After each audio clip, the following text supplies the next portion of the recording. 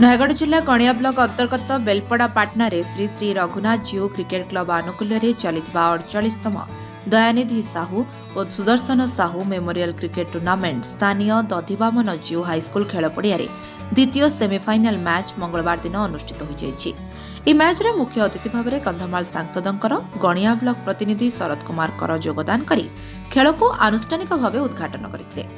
सम्मानित अतिथि भाव कलिंग समाज ओडिशा एडिटिंग मैनेजिंग डायरेक्टर अखिल बिहार बाणीग्राही जोगदे एथिरे खेलाड़ी माननकु उत्साहित करने सहित अनुष्ठान उत्तरोत्तर उन्नति कामना करथिले। टूर्नामेंट द्वितीय सेमिफाइनाल रे बीएनसीसी कटक एवं एमसीसी आठगढ़ मध्य अनुष्ठित होइतिला। बीएनसीसी कटक टॉस विन करी फील्डिंग करिवार निष्पत्ति नेथिले।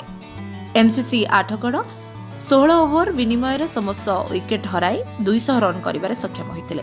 यार जवाब रे बीएनसीसी कटक 13 ओवर विनिमय 3 गोटी विकेट हराई 201 रन करी विजयी हो जाइतिले।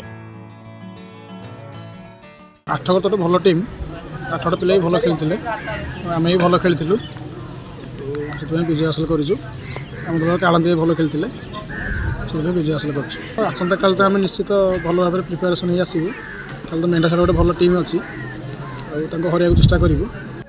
जितवा हारिबा मुद्रा दुईटी स्पर्श, तेणुक सब खेलाड़ी मान शांति श्रृंखला सहित खेली और खेल प्रदर्शन कर।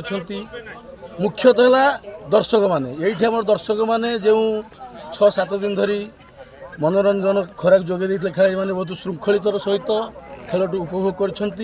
तेणु गोटे कथा आशा रखी आम अंचल मल्ली जमी राज्य महकू एवं देश में महकू। बेलपड़ा ग्रामर जो मैंने आरंभ कर कथा न कहले बहुत भल हम। बहुत सुंदर भाव में खेल चली स्नेह ममता एते भल अच्छी जहाद्वारा मुझे सबुदिन न आसिले रही पारुनी।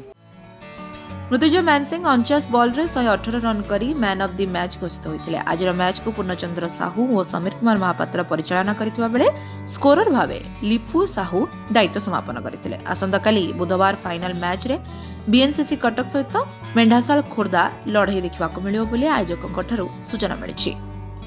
गणियार सदाशिव पात्र रिपोर्ट लिव लाइफ ओडिया।